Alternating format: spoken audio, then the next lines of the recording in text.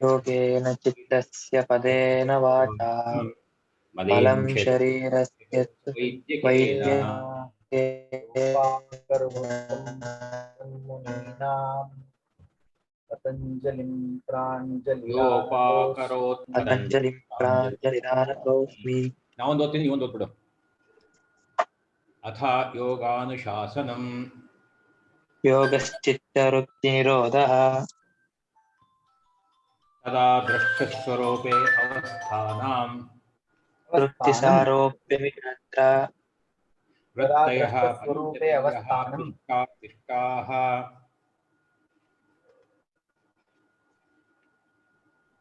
Sir नमस्कार.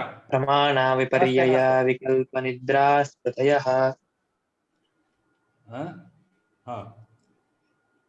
ಈಗ ಮುಂದೆ ಹೋಗ್ಬಿಟ್ಟಿಲ್ಲ प्रत्यक्षानुमान आगम प्रत्यक्ष अनुमान आगमाः प्रमाणानि विपर्ययो मिथ्याज्ञानमतद्रूपप्रतिष्ठम् शब्दज्ञानानुपाति वस्तुशून्यो विकल्पः अभावप्रत्ययालम्बनावृत्तिनिद्रा वृत्तिर्निद्रा अनुभूत विषया संप्रमोष स्मृतिः अभ्यासवैराग्याभ्यां तन्निरोधः तत्र स्थितो यत्नो अभ्यासः ततु कालान्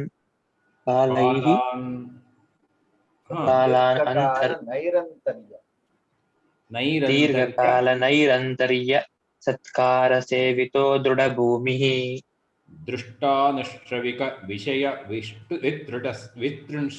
वितृष्णस्य वशीकारसंज्ञा वैराग्यम् तत्परं पुरुषख्यातेर्गुणवैतृष्ण्यम् वितर्क विचारानंदा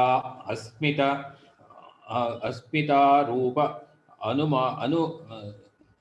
अनुगमात् रूपानुगमात् अस्मितारूपानुगमात् संप्रज्ञातः विराम प्रत्ययाभ्यासपूर्वः संस्कारशेषो अन्यः भवप्रत्ययो विदेह प्रकृतिलयानां श्रद्धा वीर्यस्मृति समाधिप्रज्ञपूर्वक इतरेषाम् तीव्र संवेगानामासन्नः मृदुमध्यादिमातृत्वात् ततोऽपि विशेषः ईश्वर प्रणिधानाद्वा क्लेशकर्म विपाकाशैर अपरामृष्टः पुरुषविशेष ईश्वरः तत्र निरतिशयं सर्वज्ञ बीजं स पूर्वेषामपि गुरुकालेन अवच्छेदः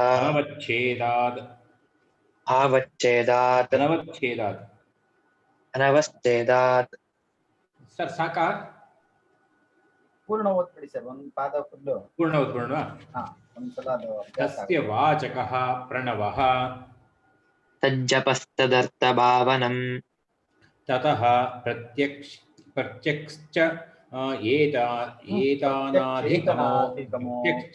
एतानाधिगमो अप्यन्तराया भावश्च व्याधिश्चान संशय प्रमादालस्या विरक्ति भ्रान्तिर्दर्शनालब्धः दर्शनालब्ध भूमिकत्वानवस्थितत्वानि चित्तविक्षेपास्ते अंतरायाः दुःख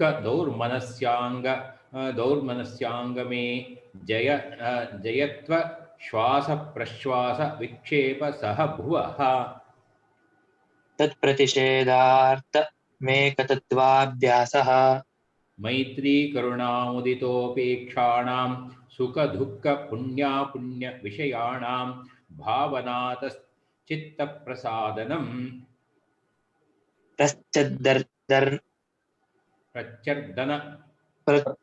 प्रच्छर्दन विधारणाभ्यां वा प्राणस्य विषयवती वा प्रवृत्तिरुत्पन्ना मनसः स्थिति निबन्धिनी विशोका वा ज्योतिष्मती वीतराग विषयं वा चित्तम् स्वप्ननिद्राज्ञानालम्बनं वा यथाभिमत ध्यानाद्वा परमाणुपरममहत्त्वास्तोत्य वशीकारः क्षीण वृत्तेरभिजातस्येव मणे गृहीत गृहीतृ ग्रहण ग्राह्येषु तत्सदञ्जनात तत् सजन्दनत जनता समापत्तिः तत्र शब्दार्थज्ञानविकल्पैः सङ्कीर्णसविकर्ता समापत्तिः करेक्ट स्मृति परिशुद्धौ स्वरूपशून्येवार्थ मात्र निर्भास निर्वितर्का एतयेव सविचारा निर्विचारा च सूक्ष्मविषया वाक्याता सूक्ष्म विषयत्वं चालिङ्गपर्यवसानम् तयेव सबीजसमाधिः निर्विचार वैशारध्ये आध्यात्मप्रसादः ऋतुम्भरा तत्र प्रज्ञा श्रुतानुमान प्रज्ञाभ्याम् अन्य विषय विशेषार्थत्वात् तज्जः संस्कारो अन्य संस्कार प्रतिबंधी तस्यापि निरोधे सर्वनिरोधा निर्बीजः समाधिः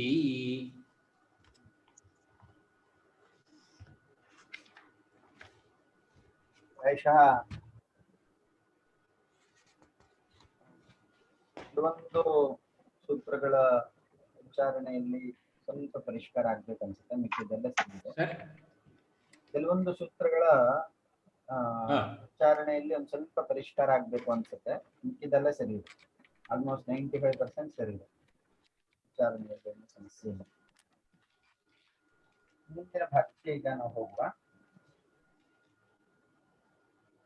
ನಿನ್ನೆ ಸಂಪ್ರಜ್ಞಾತ ಸಮಾಧಿಯ ವಿಚಾರವಾಗಿ ಒಂದು ಸ್ವಲ್ಪ ಚರ್ಚೆ ಆಗಿತ್ತು. ಅದರಲ್ಲಿ ಸೂತ್ರ ಸಂಖ್ಯಾ 17 16 ಮತ್ತು 17 ಇವತ್ತಿನ ಚರ್ಚೆಗೆ ತಗೊಳ್ಬೇಕು. 16ರಲ್ಲಿ ತತ್ಪರಂ ಪುರುಷಖ್ಯಾತೆ ಗುಣವೈತೃಷ್ಣ್ಯಂ, ಪುರುಷನ ಜ್ಞಾನ ಉಂಟಾದಾಗ ಗುಣವೈತೃಷ್ಣ್ಯಂ, ಗುಣಗಳ ಬಗ್ಗೆ ವಿತೃಷ್ಣಾ ಭಾವನೆ ಅಥವಾ ನಿರಾಸಕ್ತಿ ಉಂಟಾಗುತ್ತೆ ಅನ್ನುವಂಥ ವಿಚಾರನ 16ನೇ ಸೂತ್ರದಲ್ಲಿ ಹೇಳಿದ್ರು. ಇವತ್ತಿನ ಚರ್ಚೆ 17ನೇ ಸೂತ್ರ. ಈ ಸೂತ್ರದಲ್ಲಿ ವಿತರ್ಕ ವಿಚಾರ ಆನಂದ ಸ್ಮಿತಾರೂಪಾನುಗಮಾತ್ ಸಂಪ್ರಜ್ಞಾತಃ, ಸಂಪ್ರಜ್ಞಾತ ಸಮಾಧಿಯ ಬಗ್ಗೆ ಹೇಳ್ತಾ ಇದ್ದಾರೆ. ಅಥ ಉಪಾಯದ್ವಯೇನ ನಿರುದ್ಧ ಚಿತ್ತ ವೃತ್ತೇಃ ಕಥಂ ಉಚ್ಯತೆ ಸಂಪ್ರಜ್ಞಾತಃ ಸಮಾಧಿ. ಸಂಪ್ರಜ್ಞಾತ ಸಮಾಧಿಯನ್ನ ಪಡ್ಕೊಳ್ಬೇಕು, ಅಸಂಪ್ರಜ್ಞಾತ ಸಮಾಧಿ ಮತ್ತು ಸಂಪ್ರಜ್ಞಾತ ಸಮಾಧಿ ಈ ಎರಡನ್ನೂ ಸೇರಿಸಿಯೇ ಯೋಗ ಅಂತ ಕರೆದಿದ್ದಾರೆ. ಯೋಗ ಚಿತ್ತವೃತ್ತಿ ನಿರೋಧ ಅಂತ ಹೇಳಿರೋದ್ರಿಂದ ಸಕಲ ಚಿತ್ತವೃತ್ತಿ ನಿರೋಧವನ್ನು ಮಾಡಬೇಕು ಅನ್ನುವಂತಹ ಉಲ್ಲೇಖ ಇಲ್ಲದೆ ಇರೋದ್ರಿಂದ ಸತ್ವ ಪರಿಪೂರಿತವಾದಂತಹ ಸಂಪ್ರಜ್ಞಾತ ಸಮಾಧಿಯನ್ನ ಯೋಗ ಶಬ್ದದ ವ್ಯಾಖ್ಯೆಯೊಳಗೆ ಸೇರಿಸಿಕೊಳ್ಳಿಕ್ಕೆ ಬರ್ತದೆ ಅನ್ನುವಂತಹ ನಿರ್ಣಯವನ್ನ ಭಾಷ್ಯಕಾರರು ಕೊಟ್ಟಿದ್ದಾರೆ.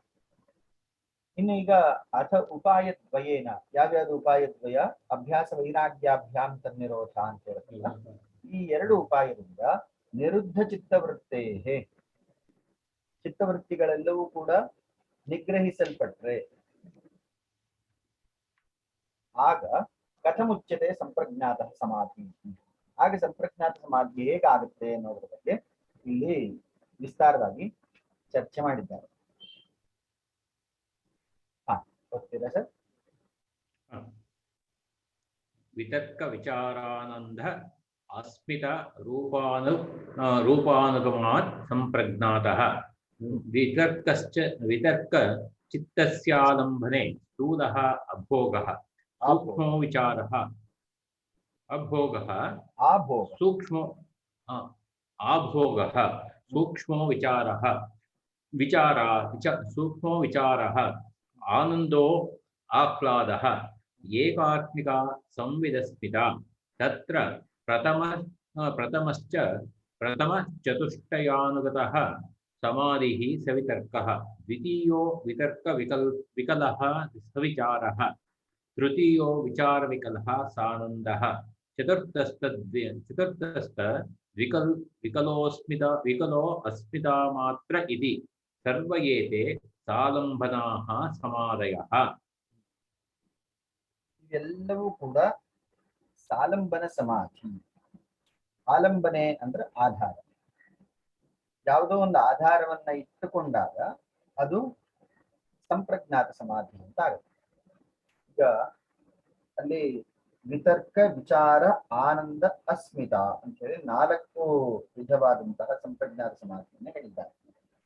ಈ 4 ವಿಧವಾದಂತಹ ಸಂಪ್ರಜ್ಞಾತ ಸಮಾಧಿಯನ್ನ ಪಡೆದುಕೊಂಡ ನಂತರ ಆ ಸ್ಥಿತಿಯನ್ನ ಸವಿತರ್ಕ, ಸವಿಚಾರ, ಸಾನಂದ ಮತ್ತು ಸಾಸ್ಮಿತ ಸಕಾರವನ್ನು ಜೋಡಿಸಿದ್ದಾರೆ. ಸ ಜೋಡಿಸಿದಾಗ ಅದರೊಂದಿಗೆ ಅಂತ ಅರ್ಥ ಆಗುತ್ತೆ. ಈಗ ಸಪುಸ್ತಕ ಛಾತ್ರ ಅಂದ್ರೆ ಪುಸ್ತಕದೊಂದಿಗೆ ಇರುವಂತಹ ಛಾತ್ರ. ಅದೇ ರೀತಿ ಸವಿತರ್ಕ ಸಮಾಧಿ ಅಂದ್ರೆ ವಿತರ್ಕ ಸಹಿತ ಸಮಾಧಿ ಅಂತ ಅರ್ಥ ಆಗುತ್ತೆ. ಈಗ ವಿತರ್ಕ ಚಿತ್ತಸ್ಯ ಆಲಂಬನೆ ಸ್ಥೂಲ ಆಭೋಗ. ಸವಿತರ್ಕ ಸಮಾಧಿ ಯಾವಾಗ ಆಗುತ್ತೆ ಅಂತ ಅನ್ನುವಂತಹ ಚರ್ಚೆಯನ್ನ ಮೊದಲು ತಗೊಳ್ತಾರೆ. ಸವಿತರ್ಕ ಸಮಾಧಿ ತದಾ ಭವತಿ ಯದಾ ಚಿತ್ತಸ್ಯ ಸ್ಥೂಲ ವಿಷಯೇ ಆಲಂಬನ. ಈಗ ಉದಾಹರಣೆಗೆ ವಿಷ್ಣುವಾದಿ ಪ್ರತಿಮೆಯಲ್ಲಿ ಧ್ಯಾನ ಮಾಡುವಂತೆ, ಅಲ್ಲಿ ಸ್ಥೂಲವಾದಂತಹ ನಾಮ, ರೂಪ ಮತ್ತು ಅರ್ಥ ಈ 3 ಇರುವುದರಿಂದ ಅಲ್ಲಿ ಅದರಲ್ಲಿ ಯಾವ್ದಾದ್ರು ಒಂದು ವಿಷಯವನ್ನ ತೆಗೆದುಕೊಂಡು ಧ್ಯಾನ ಮಾಡುವಂಥದ್ದು ಅಥವಾ ಮನಸ್ಸನ್ನ ಏಕಾಗ್ರಗೊಳಿಸುವಂಥದ್ದು ಅದು ಸವಿತರ್ಕ ಸಮಾಧಿ ಅಂತ ಹೇಳಲ್ಪಡುತ್ತೆ. ಇಲ್ಲಿ ವಿತರ್ಕ ಅನ್ನುವಂತಹ ಶಬ್ದವನ್ನ ತುಂಬಾ ಚೆನ್ನಾಗಿ ಅರ್ಥೈಸಿದ್ದಾರೆ ಹರ್ಷಾನಂದರ ಪುಸ್ತಕದಲ್ಲಿ. ವಿತರ್ಕ ಅನ್ನುವಂತಹ ಶಬ್ದಕ್ಕೆ ಇಲ್ಲಿ ಕೊಟ್ಟಿದ್ದಾರೆ, ಸಮ್ಯಕ್ ಸಂಶಯ ವಿಪರ್ಯಯ ರಹಿತತ್ವೇನ ಪ್ರಜ್ಞಾಯತೆ ಪ್ರಕರ್ಷೇಣ ಜ್ಞಾಯತೆ ಭಾವ್ಯಸ್ಯ ಸ್ವರೂಪಂ ಯೇನ ಸಹ ಸಂಪ್ರಜ್ಞಾತಃ ಸಮಾಧಿ. ಹಾಗೆಯೇ ವಿತರ್ಕ ಅನ್ನೋ ಶಬ್ದಕ್ಕೆ ವಿಶೇಷೇಣ ತರ್ಕಣಂ ಅವಧಾರಣಂ ಇತಿ ವಿತರ್ಕ ಅಂತ ಕೊಟ್ಟಿದ್ದಾರೆ. ವಿಶೇಷೇಣ ಅವಧಾರಣಂ. ಈಗ ವಿಷ್ಣುವಿನ ಪ್ರತಿಮೆಯಲ್ಲಿ ಧ್ಯಾನ ಮಾಡುವಂತಹ ಸಂದರ್ಭದಲ್ಲಿ ಯೋಗಿಗೆ ಆ ವಿಷ್ಣುವಿನ ನಾಮ ಅಂದ್ರೆ ವಿಷ್ಣು ಅನ್ನುವಂತಹ ಹೆಸರು, ಹಾಗೆಯೇ ವಿಷ್ಣುವಿನ ಸ್ವರೂಪ ಮತ್ತು ವಿಷ್ಣು ಎಂಬಂತಹ ಶಬ್ದ ಪ್ರಯೋಗ, ನಾಮ, ಅರ್ಥ ಮತ್ತು ಜ್ಞಾನ, ಈ 3 ವಿಷಯಗಳು ಅವನಿಗೆ ಅನುಸಂಧಾನಕ್ಕೆ ಧ್ಯೇಯ ವಸ್ತುವಾಗಿರ್ತದೆ. ಅವನು ನಾಮದಲ್ಲಿ ಆದ್ರೂ ತನ್ನ ಮನಸ್ಸನ್ನ ಏಕಾಗ್ರಗೊಳಿಸಬಹುದು, ಅಥವಾ ವಿಷ್ಣುವಿನ ಶಂಖಚಕ್ರ ಗದಾ ಹಸ್ತಂ ಆ ರೀತಿಯ ವಿಷ್ಣುವಿನ ರೂಪದಲ್ಲಾದ್ರೂ ತನ್ನ ಮನಸ್ಸನ್ನು ಏಕಾಗ್ರಗೊಳಿಸಬಹುದು, ಅಥವಾ ಎಲ್ಲ ಕಡೆ ವ್ಯಾಪ್ತನಾಗಿದ್ದಾನೆ ಅನ್ನುವಂತಹ ಈ ಜ್ಞಾನದಲ್ಲಿ ಆದ್ರೂ ಅವನು ತನ್ನ ಮನಸ್ಸನ್ನ ಏಕಾಗ್ರಗೊಳಿಸಬಹುದು. ಈ ರೀತಿ ಶಬ್ದ, ಅರ್ಥ ಮತ್ತು ಜ್ಞಾನ ಇವು 3ರಲ್ಲಿ ಎಲ್ಲಿ ಬೇಕಾದ್ರೂ ತನ್ನ ಮನಸ್ಸನ್ನ ಏಕಾಗ್ರಗೊಳಿಸುವಂತಹ ಪ್ರಕ್ರಿಯೆಯಂತೆ ಇದನ್ನ ಸವಿತರ್ಕ ಸಮಾಧಿ ಎಂಬುದಾಗಿ ಹೇಳ್ತಾರೆ. ಈಗಾಗಲೇ ನಾವು ಚರ್ಚೆ ಮಾಡಿದ ಹಾಗೆ ವಿತರ್ಕ ಚಿತ್ತಸ್ಯ ಆಲಂಬನೆ ಸ್ಥೂಲ ಆಭೋಗ. ಇದು ಅತ್ಯಂತ ಸ್ಥೂಲವಾದಂತಹ ಒಂದು ನಿಮಿತ್ತ. ಆದ್ರಿಂದ ಈಗ ಮೂರ್ತಿ ಪೂಜೆ ಇದರ ಬಗ್ಗೆ ಅನೇಕ ವಾದಗಳು ಇದರ ನಡೆಯುವುದನ್ನು ನಾವು ಗಮನಿಸಿರಬಹುದು. ಇದೆಲ್ಲವೂ ವಾದವನ್ನು ಬೌದ್ಧ ಮತದವರು ಸಂಪೂರ್ಣವಾಗಿ ಅದನ್ನ ನಿರಾಕರಣೆ ಮಾಡ್ತಾರೆ. ಆ ರೀತಿ ಮೂರ್ತಿ ಪೂಜೆ ಸಲ್ಲದು ಅಂತ ಹೇಳಿ ಅವರದೊಂದು ವಾದ. ಆದ್ರೆ ಮೂರ್ತಿ ಪೂಜೆಗೂ ಪ್ರಾಥಮಿಕ ಹಂತದಲ್ಲಿ ಅತ್ಯಂತ ಅಪೇಕ್ಷಿತರು. ಯಾಕಂದ್ರೆ ಅಲ್ಲಿ ಸ್ಥೂಲವಾದಂತಹ ರೂಪದಲ್ಲಿ ಅಥವಾ ನಾಮದಲ್ಲಿ ಅಥವಾ ಜ್ಞಾನ ಪ್ರಕಾರದಲ್ಲಿ ಮನಸ್ಸನ್ನ ಏಕಾಗ್ರಗೊಳಿಸುವಂತಹ ಪದ್ಧತಿ ಇದೆ. ಆದ್ದರಿಂದ ಇದು ಅತ್ಯಂತ ಸ್ಥೂಲ ಅನ್ನೋ ಶಬ್ದಕ್ಕೆ ಮೂರ್ತ ರೂಪವಾದಂತಹ ವಿಚಾರ.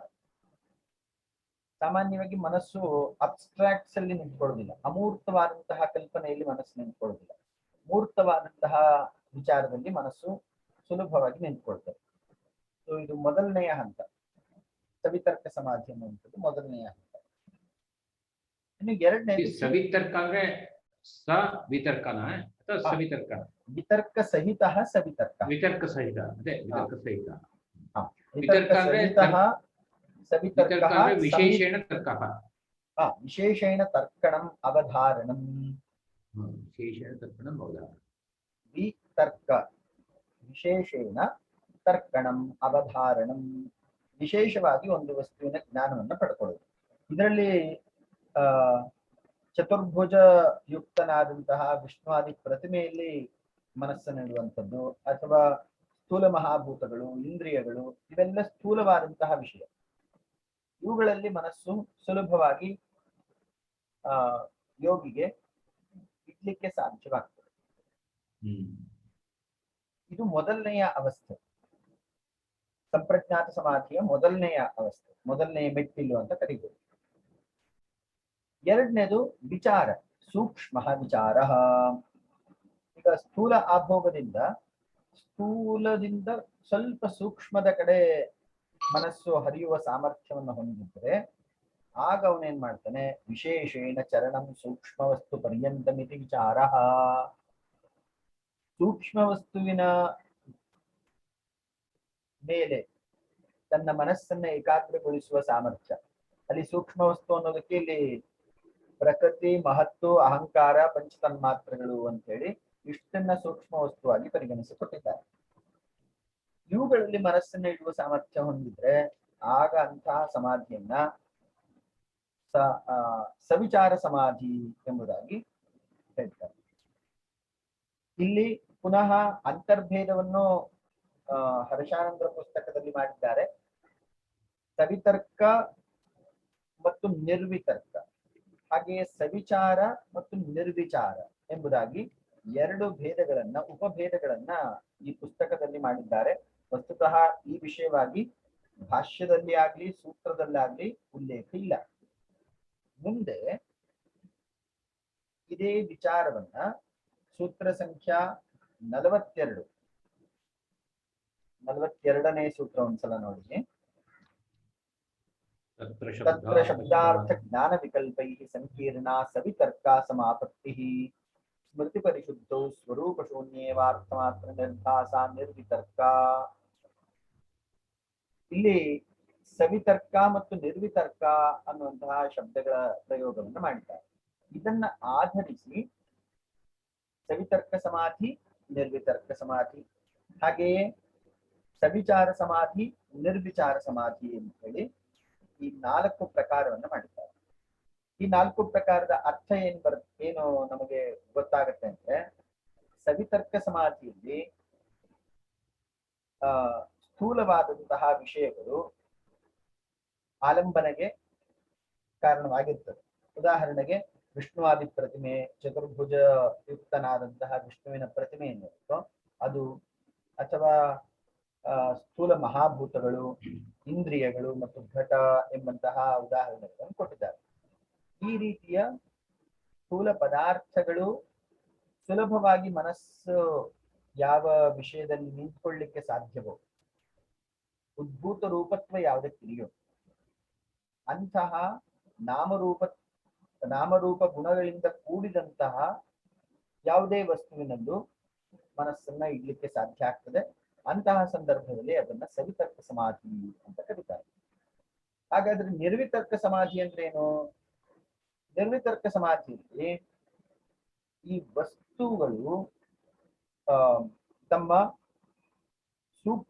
ಸ್ಥೂಲವಾದಂತಹ ಸ್ವರೂಪವನ್ನ ಕಳೆದುಕೊಂಡು ಸ್ವಲ್ಪ ಸೂಕ್ಷ್ಮವಾದಂತಹ ಸ್ವರೂಪದ ಕಡೆಗೆ ಮನಸ್ಸು ಹರಿಯುತ್ತೆ. ಇದು ನಿರ್ವಿತರ್ಕ ಸಮಾಧಿಯ ಸ್ವರೂಪವಾಗಿರ್ತದೆ. ಹಾಗಾದ್ರೆ ಸವಿಚಾರ ಸಮಾಧಿಯಲ್ಲಿ ಇಲ್ಲಿ ನೋಡಿ, ಸೂಕ್ಷ್ಮ ಸವಿಚಾರ, ಸೂಕ್ಷ್ಮ ವಿಚಾರ. ಸೂಕ್ಷ್ಮ ವಿಚಾರ ಅಂದ್ರೆ ಪ್ರಕೃತೇರ್ ಮಹಾನ್ ತಥೋ ಅಹಂಕಾರ ತತಃ ಪಂಚತನ್ಮಾತ್ರಾಣಿ. ಪ್ರಕೃತಿ, ಮಹತ್ತು, ಅಹಂಕಾರ ಮತ್ತು ತನ್ಮಾತ್ರಗಳು ಇವಿಷ್ಟನ್ನ ಸೂಕ್ಷ್ಮ ಅಂತ ಕರೆದಿದ್ದಾರೆ. ಇಲ್ಲಿ ಮನಸ್ಸು ಧಾರಣೆ ಮಾಡುವ ಸಾಮರ್ಥ್ಯವನ್ನ ಯಾವಾಗ ಯೋಗಿ ಪಡೆದುಕೊಳ್ತಾನೋ ಆಗ ಅದನ್ನ ಸವಿಚಾರ ಸಮಾಧಿ ಎಂಬುದಾಗಿ ಹೇಳ್ತಾರೆ. ಮತ್ತು ಇದೇ ವಿಷಯಗಳಲ್ಲಿ ದೇಶಕಾಲದ ಅವಚ್ಛೇದಕ್ಕೆ ಒಳಪಡದೆ ಅವನು ಧ್ಯಾನಿಸಿದರೆ ಆಗ ಅವು ನಿರ್ವಿಚಾರ ಸಮಾಧಿ ಎಂಬುದಾಗಿ ಹೇಳಲ್ಪಡುತ್ತದೆ. ಮತ್ತೊಮ್ಮೆ ಗಮನಿಸ್ಕೊಳ್ಳಿ, ಈ ಸೂತ್ರಕ್ಕೂ ಮುಂದೆ 42, 43ನೆಯ ಸೂತ್ರದಲ್ಲಿ ಏನು ವಿಸ್ತಾರವಾಗಿ ಹೇಳಿದ್ದಾರೆ ಅದಕ್ಕೂ ಸಾಕ್ಷಾತ್ ಸಂಬಂಧ ಇದೆ. ಸವಿತರ್ಕ ಸಮಾಧಿಯಲ್ಲಿ ವಿಷ್ಣುವಿನ ಪ್ರತಿಮೆ ಮುಂತಾದಂತಹವು ಸ್ಥೂಲವಾದಂತಹ ಉದ್ಭೂತ ರೂಪ ವಿಷಯತ್ವವುಳ್ಳಂತಹ ವಸ್ತುಗಳು ಆಲಂಬನೆಯಾಗುತ್ತೆ. ಆದ್ರೆ ನಿರ್ವಿತರ್ಕ ಸಮಾಧಿಯಲ್ಲಿ ಆ ವಸ್ತುವಿನ ಅಭಾವ ಇರ್ತದೆ. ಹಾಗೆಯೇ ಸವಿಚಾರ ಸಮಾಧಿಯಲ್ಲಿ ಪ್ರಕೃತಿ, ಮಹತ್ತು, ಪಂಚತನ್ಮಾತ್ರಗಳು ಮತ್ತು ಅಹಂಕಾರ ಇವುಗಳು ಭಾವ್ಯ ವಿಷಯವಾಗಿರುತ್ತದೆ. ಇಲ್ಲೊಂದು ವಿಶೇಷವಾದಂತಹ ಶಬ್ದವನ್ನು ಕೊಟ್ಟಿದ್ದಾರೆ, ಭಾವನಾ. ಭಾವನಾ ಅಂದ್ರೆ ಮನಸ್ಸು ಬೇರೆ ಬೇರೆ ವಿಷಯಗಳ ಕಡೆ ಹರಿತಾ ಇರುತ್ತೆ. ಇಂತಹ ಹರಿಯುವಂತಹ ಮನಸ್ಸಿನ ಪ್ರವೃತ್ತಿಯನ್ನ ನಿಗ್ರಹಗೊಳಿಸಿಕೊಂಡು ಒಂದು ವಿಷಯದಲ್ಲಿಯೇ ಮನಃಪ್ರವೃತ್ತಿ ಹರಿಯುವಂತೆ ಮಾಡುವಂತೆ ಇದನ್ನ ಭಾವನಾ ಅಂತ ಕರೆದಿದ್ದಾರೆ. ಯಾವ ಧ್ಯೇಯ ವಸ್ತುವಿನಲ್ಲಿ ಮನಸ್ಸು ಹರಿಯುತ್ತೋ ಅಂತಹ ಧ್ಯೇಯ ವಸ್ತುವನ್ನ ಇಲ್ಲಿ ಭಾವ್ಯ ವಸ್ತು ಎಂಬುದಾಗಿ ಕರೆದಿದ್ದಾರೆ.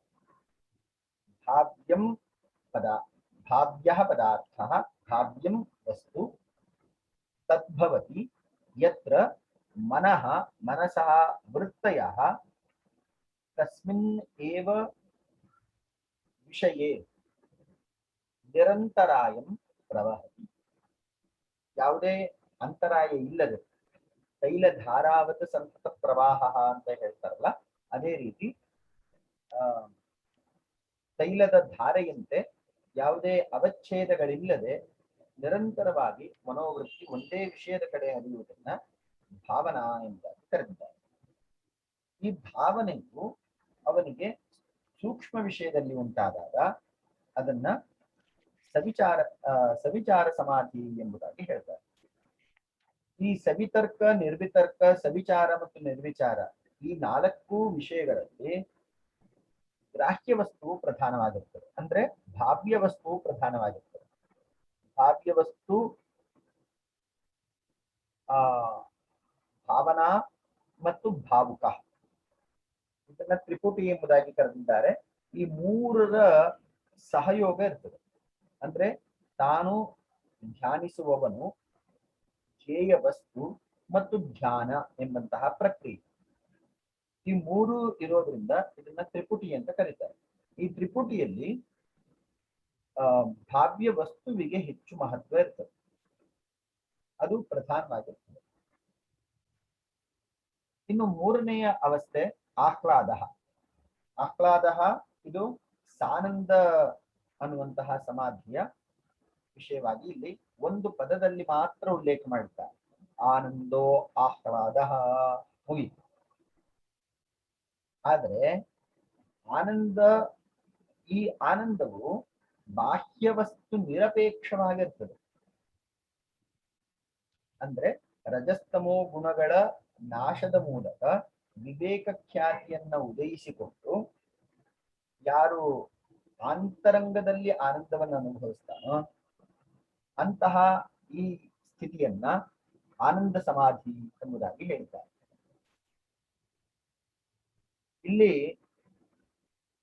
ಬಹಿರ್ವಿಷಯಗಳು ಧ್ಯೇಯ ವಸ್ತು ಅಥವಾ ಭಾವ್ಯ ವಸ್ತು ಆಗಿರೋದ್ರಿಂದ ಬದಲಾಗಿ ಚಿತ್ತವು ತನ್ನ ಇಂದ್ರಿಯಗಳನ್ನ ನಿಗ್ರಹ ಮಾಡಿಕೊಂಡು ಇಂದ್ರಿಯಗಳು ಬಹಿರ್ಮುಖವಾಗಿ ಹರಿಯದೆ ಅಂತರ್ಮುಖವಾಗಿ ಹರಿಯಲಿಕ್ಕೆ ಆರಂಭ ಮಾಡ್ತವೆ. ಆ ಕಾರಣದಲ್ಲಿ ಇಂದ್ರಿಯಗಳು ಸುಖವಾಗಿರುವುದರಿಂದ ಇದನ್ನ ಸಾನಂದ ಸಮಾಧಿ ಎಂಬುದಾಗಿ ಹೇಳ್ತಾ ಇದ್ದಾರೆ. ಇಲ್ಲಿ ಅನೇಕ ಪಾರಿಭಾಷಿಕ ಪದಗಳ ಪ್ರಯೋಗ ಆಗ್ತಾ ಇದೆ. ಅದ್ರ ಬಗ್ಗೆ ಸ್ವಲ್ಪ ಲಕ್ಷ್ಯ ವಹಿಸ್ಬೇಕು. ಕೊನೆಯದಾಗಿ ಸಾನಂದ ಸಮಾಧಿ ಆದ್ಮೇಲೆ ಏಕಾತ್ಮಿಕ ಸಂವಿತ್ ಅಸ್ಮಿತಾ. ಸಂವಿತ್ ಅನ್ನೋ ಶಬ್ದಕ್ಕೆ ಜ್ಞಾನಂ ಅಂತ ಅರ್ಥ. ಏಕಾತ್ಮಿಕ ಸಂವಿತ್ ಅಸ್ಮಿತಾ, ತಾನು ಅಸ್ಮಿತಾ ಸಾಸ್ಮಿತಾ ಸಮಾಧಿಯಲ್ಲಿ ವಿಷಯ ವಸ್ತುವು ಇಂದ್ರಿಯವೂ ಆಗಿರದೆ ಅದು ಅಂತರಂಗದ ವೃತ್ತಿಗಳಾಗಿ ಮಾತ್ರ ಉಳ್ಕೊಂಡಿದೆ. ಅಂತಹ ಸಂದರ್ಭದಲ್ಲಿ ಇದನ್ನ ಸಾಸ್ಮಿತ ಸಮಾಧಿ ಎಂಬುದಾಗಿ ಹೇಳ್ತಾರೆ. ಒಟ್ಟು ಈಗ 4 ಅವಸ್ಥೆಗಳು. ಮೊದಲನೇ ಅವಸ್ಥೆ, ಈ 4 ಅವಸ್ಥೆಯನ್ನ ನಾವು ಎರಡು ಸ್ಥೂಲವಾಗಿ ವಿಭಾಗ ಮಾಡ್ಕೊಳ್ಬಹುದು. ಒಂದು ಸವಿತರ್ಕ ಮತ್ತು ಸವಿಚಾರ. ಸವಿತರ್ಕದಲ್ಲಿ ಪುನಃ 2 ಭೇದಗಳು, ಸವಿತರ್ಕ ಮತ್ತು ನಿರ್ವಿತರ್ಕ, ಸವಿಚಾರ ನಿರ್ವಿಚಾರ. ಈ 4ನ್ನ ನಾವು ಒಂದು ಗುಂಪಾಗಿ ಪರಿಗಣಿಸಬಹುದು. ಯಾಕಂದ್ರೆ ಇಲ್ಲಿ ಭಾವ್ಯವಾದಂತಹ ವಸ್ತುವು ಪ್ರಧಾನವಾಗಿರ್ತದೆ. ಇನ್ನು ಸಾನಂದ ಮತ್ತು ಸಾಸ್ಮಿತ ಎಂಬಂತಹ ಈ 2 ಸಮಾಧಿಯಲ್ಲಿ ಭಾವ್ಯ ವಸ್ತುವಿಗಿಂತ ಭಾವುಕನಾದಂತಹ ವ್ಯಕ್ತಿ ಪ್ರಧಾನವಾಗಿರ್ತಾನೆ. ಆದ್ದರಿಂದ ಇಲ್ಲಿ ಬಹಿರ್ಗತವಾದಂತಹ ವಿಷಯಗಳು ಗೌಣವಾಗ್ತವೆ. ಇಂದ್ರಿಯಗಳು ಬಹಿರ್ಮುಖವಾಗಿ ಹರಿಯದೆ ಅಂತರ್ಮುಖವಾಗಿ ಹರಿಯುವಂತಹ ಈ ಸ್ಥಿತಿಯಲ್ಲಿ ಆನಂದದ ಅನುಭೂತಿಯನ್ನ ಪಡ್ಕೊಳ್ಳುತ್ತೆ. ಇದನ್ನ ಇಲ್ಲಿ ಸಾನಂದ ಸಮಾಧಿ ಅಂತ ಕರೆದಿದ್ದಾರೆ. ಇನ್ನು ಅಸ್ಮಿತಾ ಅನ್ನುವಂತಹ ಈ ಸಮಾಧಿಯಲ್ಲಿ, ಸಾಸ್ಮಿತಾ ಸಮಾಧಿಯಲ್ಲಿ ಇಂದ್ರಿಯಗಳು ಕೂಡ ಮಹತ್ವವನ್ನ ಕಳೆದುಕೊಂಡು ಚಿತ್ತವೃತ್ತಿಗಳು ಪ್ರಧಾನವಾಗ್ತಾ ಹೋಗುತ್ತೆ. ಇಲ್ಲಿ ಗ್ರಹಣ ಪ್ರಧಾನವಾಗಿ ನಮಗೆ ಕಂಡು ಬರ್ತದೆ. ಆದ್ದರಿಂದ ಇದನ್ನ ಸಾಸ್ಮಿತಾ ಸಮಾಧಿ ಎಂಬುದಾಗಿ ಹೇಳ್ತಾರೆ. ತತ್ರ ಪ್ರಥಮಃ ಚತುಷ್ಟಯ ಅನುಗತಃ ಸಮಾಧಿ ಸವಿತರ್ಕಃ. ಚತುಷ್ಟಯ ಅನುಗತಃ ಸಮಾಧಿ ಸವಿತರ್ಕಃ. ಇನ್ನು ಸವಿತರ್ಕ ಸಮಾಧಿಯಲ್ಲಿ ಉಳಿದಂತಹ 3 ವಿಚಾರಗಳು ಸೇರ್ಕೊಂಡಿರುತ್ತೆ. ಅಂದ್ರೆ ಸವಿಚಾರ, ಸಾನಂದ ಮತ್ತು ಸಾಸ್ಮಿತ, ಇದು 3 ಸೇರ್ಕೊಂಡು 4ನೇದು ಸವಿತರ್ಕ ಸಮಾಧಿ. ಒಂದು ವೃತ್ತಾಕಾರದಲ್ಲಿ ಹೇಳುವುದಾದ್ರೆ, ಒಂದು ವೃತ್ತದ ಪರಿಕಲ್ಪನೆಯನ್ನು ನಾವಿಲ್ಲಿ ತೆಗೆದುಕೊಂಡ್ರೆ ತುಂಬಾ ಸ್ಪಷ್ಟ ಆಗುತ್ತೆ. ಸವಿತರ್ಕವು ಹೊರಗಿನ ಒಂದು ಲೇಯರ್. ಈ ಹೊರಗಿನ layer, outer most layer circle, ಈ ಹೊರಗಿನ ಪರಿಧಿಯಲ್ಲಿ ಸವಿತರ್ಕ ಅಂತ ನಾವು ಗುರುತಿಸ್ಕೊಂಡ್ರೆ ಅದರಲ್ಲಿ ಸವಿಚಾರ, ಸಾಸ್ಮಿತ ಮತ್ತು ಸಾನಂದ ಈ 3 ಸೇರ್ಕೊಂಡಿರುತ್ತೆ. ಒಳಗಿನ 3 ಲೇಯರ್ಸ್ ಸೇರ್ಕೊಂಡಿರುತ್ತೆ. ಸೊ 4th ಲೇಯರ್ ಅನ್ನ ತೆಗೆದು ನಾವು 3rd ಲೇಯರ್, ಇನ್ನರ್ ಲೇಯರ್ಗೆ ಹೋದ್ರೆ ಆಗ ಸವಿಚಾರ ಸಮಾಧಿ ಅಂತ ಅದನ್ನ ಪರಿಭಾವಿಸಿದ್ರೆ, ಸವಿಚಾರ ಸಮಾಧಿಯಲ್ಲಿ ಸವಿತರ್ಕ ಇರುವುದಿಲ್ಲ, ಬಟ್ ಸಾನಂದ ಮತ್ತು ಸಾಸ್ಮಿತ ಇರುತ್ತೆ. ಅದಕ್ಕಿಂತ 3ನೇಯ ಲೇಯರ್, ಇನ್ನರ್ ಲೇಯರ್ಗೆ ಹೋದ್ರೆ ಅಲ್ಲಿ ಸಾನಂದ ಸಮಾಧಿಯಲ್ಲಿ ಸವಿತರ್ಕ ಮತ್ತು ಸವಿಚಾರಗಳಿರುವುದಿಲ್ಲ, ಬದಲಾಗಿ ಸಾನಂದ ಮತ್ತು ಸಾಸ್ಮಿತ ಎಂಬಂತಹ ಈ 2 ಅವಸ್ಥೆಗಳು ಸೇರ್ಕೊಂಡಿರುತ್ತೆ. ಅತ್ಯಂತ ಅಂತರಾಳದಲ್ಲಿ ಹೋದಾಗ ಅಲ್ಲಿ ಕೇವಲ ಸಾಸ್ಮಿತ ಸಮಾಧಿ ಮಾತ್ರ ಉಳ್ಕೊಳ್ಳುತ್ತೆ. ಉಳಿದಂತಹ 3 ಅಂಶಗಳು ಇರುವುದಿಲ್ಲ. ಸವಿತರ್ಕವೂ ಇರುವುದಿಲ್ಲ, ಸವಿಚಾರವೂ ಇರುವುದಿಲ್ಲ, ಸಾನಂದವೂ ಇರುತ್ತದೆ. ಹೀಗೆ 4 ಅವಸ್ಥೆಗಳು ನೋಡಿ. ಭಾಷ್ಯಕಾರರು ಏನು ಹೇಳ್ತಾರೆ? ತತ್ರ ಪ್ರಥಮಃ ಚತುಷ್ಟಯ ಅನುಗತಃ ಸಮಾಧಿ ಸವಿತರ್ಕಃ. ಈ 4ನ್ನೂ ಸೇರಿಸಿಕೊಂಡಂತಹ ಸಮಾಧಿ ಅವಸ್ಥೆ ಅದು ಸವಿತರ್ಕ. ಹಾಗೆ ದ್ವಿತೀಯ ವಿತರ್ಕ ವಿಕಲಃ ಸವಿಚಾರ. ವಿತರ್ಕ ಇಲ್ಲದೆ ಇರುವಂತಹ ಕೇವಲ ಸವಿಚಾರ, ಸಾನಂದ ಮತ್ತು ಸಾಸ್ಮಿತ ಈ 3ನ್ನೂ ಹೊಂದಿರುವಂತಹ ಸಮಾಧಿಯನ್ನ ಸವಿಚಾರ ಸಮಾಧಿ ಅಂತ ಕರೀತಾರೆ. ತೃತೀಯ ವಿಚಾರ ವಿಕಲಃ. ವಿಚಾರ ವಿಕಲಃ ಅಂದ್ರೆ ಶೂನ್ಯ ಅಂತ ಅರ್ಥ, ವಿಚಾರ ರಹಿತ ಅಂತ ಅರ್ಥ. ಈಗ ಮೂರನೆಯ ಸಮಾಧಿಯ ಅವಸ್ಥೆಯಲ್ಲಿ ವಿಚಾರ ಇರುವುದಿಲ್ಲ, ಸವಿತರ್ಕವೂ ಇಲ್ಲ, ಸವಿಚಾರವೂ ಇಲ್ಲ, ಸಾನಂದ ಮತ್ತು ಸಾಸ್ಮಿತ ಮಾತ್ರ ಇದೆ. ಚತುರ್ಥ ತದ್ವಿಕಲಃ ಅಸ್ಮಿತಾ ಮಾತ್ರ ಇತಿ. ಇನ್ನು ಅಸ್ಮಿತಾ ಸಾಸ್ಮಿತಾ ಸಮಾಧಿಯಲ್ಲಿ ಸವಿತರ್ಕ ಸವಿಚಾರ ಸಾನಂದಗಳು ಮೂರು ಇರುವುದಿಲ್ಲ, ಕೇವಲ ಅಸ್ಮಿತಾ ಮಾತ್ರ ಇರ್ತದೆ. ಸರ್ವೇ ಏತೆ ಸಾಲಂಬನಾ ಸಮಾಧಿ. ಈ ನಾಲ್ಕು ಕೂಡ ಆಲಂಬನೆಯನ್ನ ಆಧರಿಸಿ ಉಂಟು ಮಾಡುವಂತಹ ಸಮಾಧ್ಯವಸ್ಥೆಗಳು.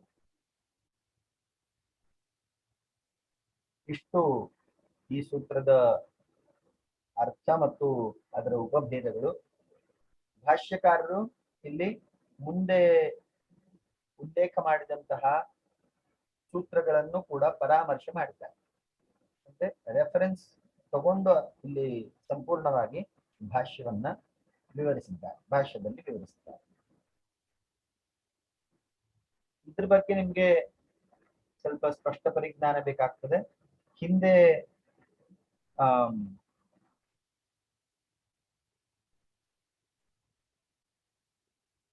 ಯಾವುದು ವೈರಾಗ್ಯದ ಬಗ್ಗೆ ಅದರ ವಿಭಾಗಗಳು, ಅದು ಸ್ವಲ್ಪ ಪ್ರಮುಖವಾದಂತಹ ಅಂಶ.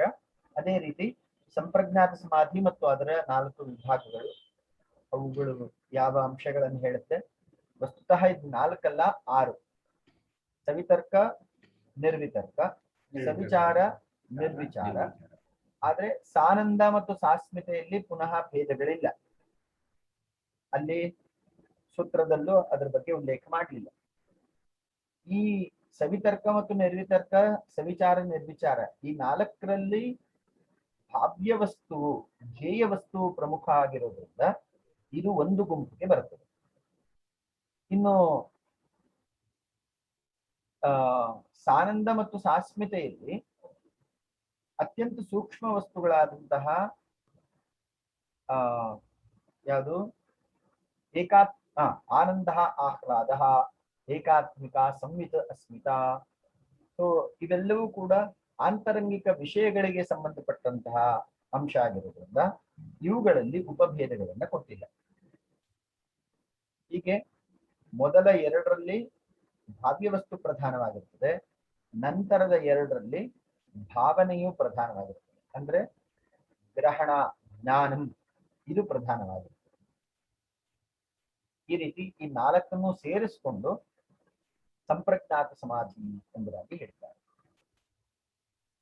ಇದೇ ಸಂಪ್ರಜ್ಞಾತ ಸಮಾಧಿಯ ಒಂದು ವಿಷಯವಾಗಿ ನಿಮಗೆ ಶಾರ್ಟ್ ನೋಟ್ಸ್ ಕೆಲವೊಂದ್ಸಲ ಬಂದಿದೆ. ಅದರಿಂದ ಸ್ವಲ್ಪ ಅದರ ಸ್ಪಷ್ಟ ಪರಿಜ್ಞಾನ ಮತ್ತು ಸಂಸ್ಮರಣೆ ಅತ್ಯಂತ ಅನಿವಾರ್ಯ. ಇಲ್ಲಿ ಇದು ಕ್ರೂಢ ಹೇಳೋದ್ರೆ ಸವಿತರ್ಕ ಮತ್ತೆ ಸವಿಚಾರದಲ್ಲಿ ಈಗ ಬಾಹ್ಯ ವಸ್ತು ಅಂದ್ರೆ ಯಾವ್ದೋ ಒಂದು ಮೂರ್ತಿಯನ್ನ ಅಥವಾ ಯಾವ್ದೋ ಒಂದು ಇದನ್ನ ಮಾಡಿ ಸಮಾಧಿಗೆ ಹೋಗ್ತೇವೆ. ಸವಿಚಾರದಲ್ಲೂ ಅದೇ ವಿಚಾರವನ್ನ ತಗೊಳ್ತೀವಿ. ಅಲ್ಲಿ ಗುಣವನ್ನು ತಗೋತೀವಿ, ಭಾವ್ಯ ವಸ್ತುವಿನ ಗುಣವನ್ನು ತಗೊಂಡು ಸಮಾಧಿ ಸ್ಥಿತಿಗೆ ಹೋಗ್ಕೊಂಡು ಸವಿಚಾರ ಸಮಾಧಿ ಅಂತ ಹೇಳ್ಬೋದಾ ಸರ್? ಅಲ್ಲಿ ಒಂದು ಸಣ್ಣ ಅಂಶವನ್ನ ಗಮನಿಸ್ಕೊಳ್ಬೇಕು. ಸವಿತರ್ಕ ಸಮಾಧಿಯಲ್ಲಿ ಸ್ಥೂಲ ಮಹಾಭೂತಗಳು, ಇಂದ್ರಿಯಗಳು ಮತ್ತು ಪ್ರತಿಮೆ, ವಿಷ್ಣುವಾದಿ ಪ್ರತಿಮೆ, ಘಟ, ಯಾವುದೇ ಒಂದು ಉದ್ಭೂತ ಸ್ವರೂಪ ಇರುವಂಥದ್ದು, ಉದ್ಭೂತ ಸ್ವರೂಪವತ್ವಂ ಅಂತ ಹೇಳ್ತಾರಲ್ಲ, ಅದಕ್ಕೆ ಒಂದು ಆಕಾರ, ನಿಶ್ಚಿತವಾದಂತಹ ಆಕಾರ, ಗುಣಗಳು ಇದು ಇರುವಂತಹ ಪದಾರ್ಥಗಳು ಧ್ಯೇಯ ವಸ್ತುವಾಗಿರ್ತದೆ, ಭಾವ್ಯ ವಸ್ತುವಾಗಿರ್ತದೆ ಸವಿತರ್ಕ ಸಮಾಧಿ. ಇನ್ನು ಸವಿಚಾರ ಸಮಾಧಿಯಲ್ಲಿ ಪ್ರಕೃತಿ, ಮಹತ್ತು, ಅಹಂಕಾರ ಮತ್ತು ಪಂಚತನ್ಮಾತ್ರಗಳು ಇವುಗಳು ಭಾವ್ಯ ವಸ್ತುವಾಗಿರ್ತದೆ. ಪ್ರಕೃತೇರ್ ಮಹಾನ್ ತತಃ ಅಹಂಕಾರ ತತಃ ಪಂಚತನ್ಮಾತ್ರಾಣಿ ಅಂತೇಳಿ ಅವರು ಉತ್ಪತ್ತಿ ಕ್ರಮವನ್ನ ಹೇಳ್ತಾರೆ.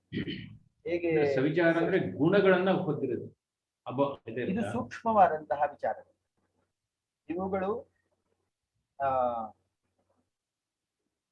ಮೊದಲನೆಯದಾಗಿ ಸವಿತರ್ಕದಲ್ಲಿ ಸ್ಥೂಲವಾದಂತಹ ವಿಚಾರಗಳಿರುತ್ತೆ, ಹ್ಮ್ ಸವಿಚಾರದಲ್ಲಿ ಸೂಕ್ಷ್ಮವಾದಂತಹ ವಿಚಾರಗಳಿರುತ್ತದೆ. ಅದನ್ನೇ ಅವರು ಭಾಷ್ಯಕಾರರು ಈ ಪಂಕ್ತಿಯನ್ನ ಬರೆದಿದ್ದಾರೆ. ಸೂಕ್ಷ್ಮ ವಿಚಾರ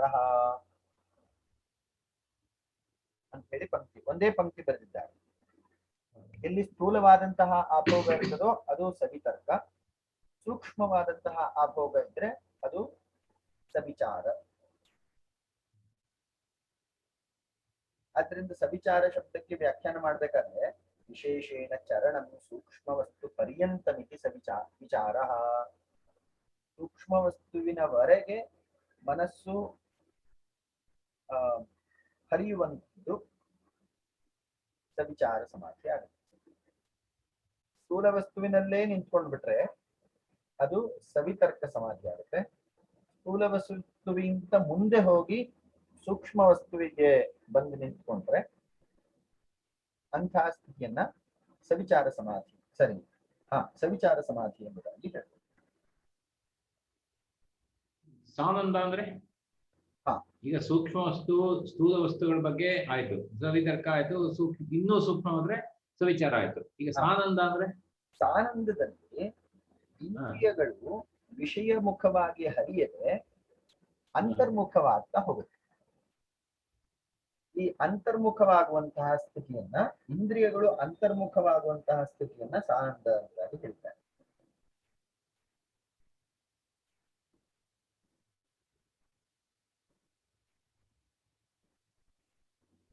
ಇಲ್ಲಿ ಅಂದ್ರೆ ಪೇಜ್ ನಂಬರ್ 28 ಹರ್ಷಾನಂತರ ಪುಸ್ತಕದಲ್ಲಿ ಪೇಜ್ ನಂಬರ್ 28ರಲ್ಲಿ ಒಂದು 28ರಲ್ಲಿ ಹೇಳಿದ್ದಾರೆ ಆನಂದೋ ಆನಂದೋ ಆಹ್ಲಾದ ಅಂತ ಹೇಳಿ ಭಾಷ್ಯ ಪಂಕ್ತಿ ಅದು.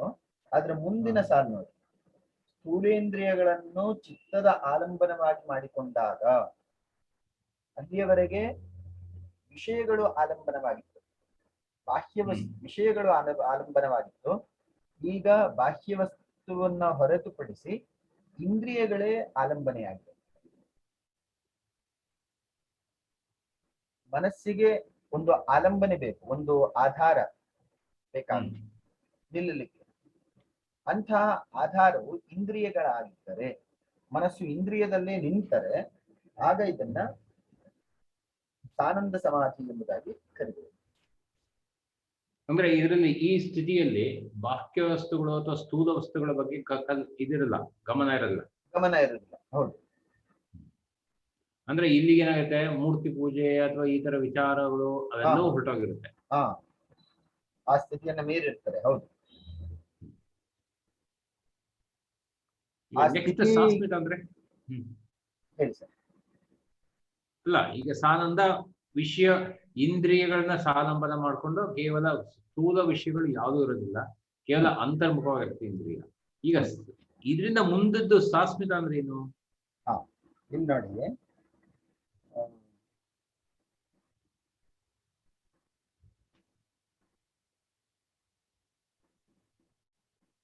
ಪೇಜ್ ನಂಬರ್ 32 ನೋಡಿ. 32. ಹೌದು. ಆರಂಭದಲ್ಲಿ ಅಸ್ಮಿ ಅಂತ ಕೊಟ್ಟಿದ್ದಾರೆ, ಅಸ್ಮಿತಾ. ಈ ಅಸ್ಮಿತಾ ಅನ್ನುವಂಥದ್ದನ್ನ